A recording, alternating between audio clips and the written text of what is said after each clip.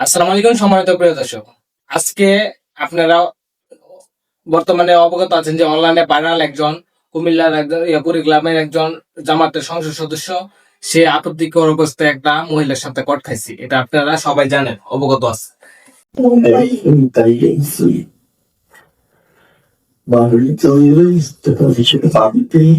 আপনারা দেখতে পাচ্ছি যে জামাত ইসলাম যে একটা লুচ্চা বদমাশ এবং ইসলাম বিরোধী এবং বাংলাদেশ বিরোধী একটা রাজনৈতিক দল, জামাত ইসলাম যারা করে তারা যে একটা বন্ড প্রতারক এবং বদমাশ, তার একটা প্রমাণ আপনাদের কাছে তুলে ধরার চেষ্টা করব।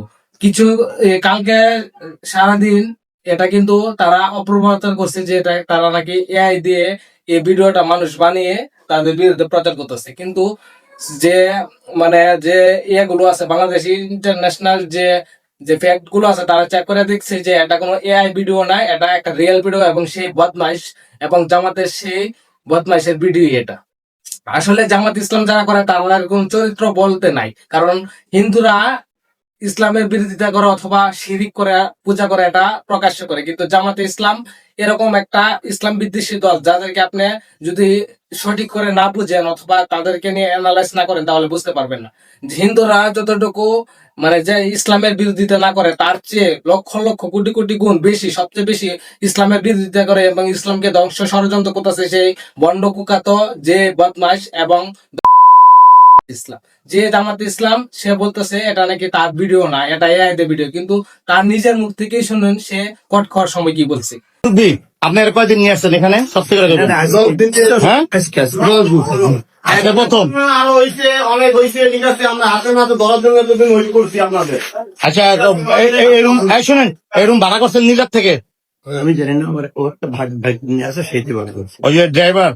হ্যাঁ, তারপর এটা শোনার পর তো আর কিছুই না, সে নিজে বলছে যে সেখানে সে কট খাইছে এবং সে ধরা হওয়ার পর মানুষের কাছে সে জবানবন্দি দিয়েছে। তারপরে কিছু কুলাং মানুষ আছে তারা বলতেছে যে এটা এআই ভিডিও। আমার প্রশ্ন হলো, এআই ভিডিও এত বড় 10 মিনিটের একটা এআই ভিডিও কি তৈরি করা সম্ভব? আজ পর্যন্ত 30 সেকেন্ডের বেশি এআই ভিডিও বানানো কোনোভাবেই সম্ভব না, কিন্তু একটা 10 মিনিটের একটা ভিডিও, সেখানে সিসি ফুটেজ। আর যদি বলতে পারেন যে এটা তার স্ত্রী, দ্বিতীয় স্ত্রী, আচ্ছা দ্বিতীয় স্ত্রী হলে এটা তার ঘরের ভিতর থাকবে, কোনো রুমে অথবা কোনো জায়গায় নিয়ে অথবা কোনো হোটেলে তো নিয়ে যাবে না। এখানে আপনারা বলতে পারেন যে এটা ঘর নাকি হোটেল, কিভাবে তার ঘরে তো কোনো সিসি ক্যামেরা ফুটেজ থাকবে না। যারা হোটেলে আছে তারাই কিন্তু হোটেলে যখন নিয়ে গেছে এবং তার কাছে যে যখন করছে তখন কিন্তু সেই হোটেলের ভিতরে কিন্তু গোপন সিসি ক্যামেরা ছিল, কিন্তু তার ঘরের ভিতর যদি তার নিয়ন্ত্রণ থাকতো অথবা তার স্ত্রী হইতো তাহলে কিন্তু তার ইয়া ছিল না। সে সংসদে দাঁড়িয়ে বলছে সে সৎ লোকের শাসন চাই, দেখেন তার বক্তব্য। আমার এলাকায় 108 সাতক্ষীরা 4 শ্যামনগরের পক্ষ থেকে যেসব জনগণ আমাকে এখানে পাঠাবার ব্যবস্থা করেছে, তৃতীয়বারের মতো আমার এলাকাবাসীকে আমি ধন্যবাদ জানাচ্ছি। মাননীয় স্পিকার, আমার নামেও 100-র অধিক, কিন্তু সে নিজে একটা বদমাইশ, লম্পট এবং একটা কুকুর। আমি বলবো তাকে কুকুর। সে একজন 19 বছরের মতো মেয়েকে কিভাবে এরকম কাজ করতে পারে, সে পতিতালয়কে নিয়ে কিভাবে যেতে পারে? আবার সে নাকি ইসলামিক দল করে।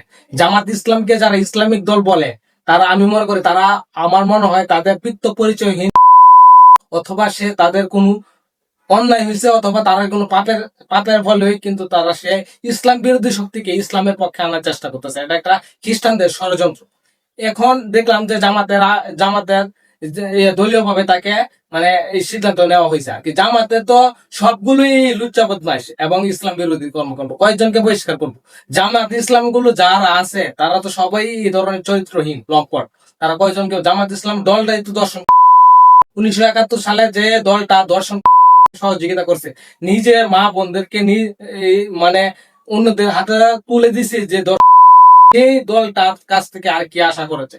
আজ পর্যন্ত বলতে পারবেন কোন আজ পর্যন্ত জামাতের কোন ব্যক্তি যে তাদেরকে জীবন দিতে হয়েছে, ইসলামের জন্য জীবন দিতে হয়েছে, আজ কোন জায়গায় তারা কিন্তু বলতে পারবে না। কিন্তু তারা যাদেরকে মানে ফাঁসি, তারা কি ছিল?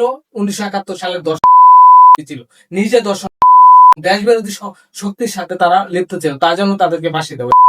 আমি মনে করি একটা সবচেয়ে ভালো কাজ হয়েছে, এরকম দর্শনকারীদেরকে ফাঁসি দেওয়াটা সবচেয়ে ভালো কাজ হয়েছে আমার মতে।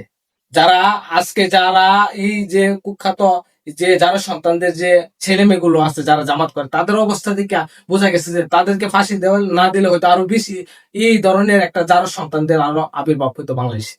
বাংলাদেশের যে বর্তমান সরকারকে বিভিন্ন ভাবে চক্রান্ত করতেছে জামাত, যাতে একটা এই সরকারকে পতন করে তার ক্ষমতায় আসতে পারবে। জামাত কোন সময় ক্ষমতায় আসতে পারবে না, লিখে রাখেন। জামাত ইসলাম যে ইসলামের নাম ব্যবহার করে ইসলামকে বিকৃত করে, সে দল কোনোদিন যদি ক্ষমতায় আসে তাহলে ইমান, হাদিস, কোরআন ভুল হয়ে যায়। অবশ্যই ভিডিওটা সবাই সচেতন করবেন এবং এই সচেতনমূলক ভিডিওগুলো সবাইকে শেয়ার করে জানিয়ে দিবে।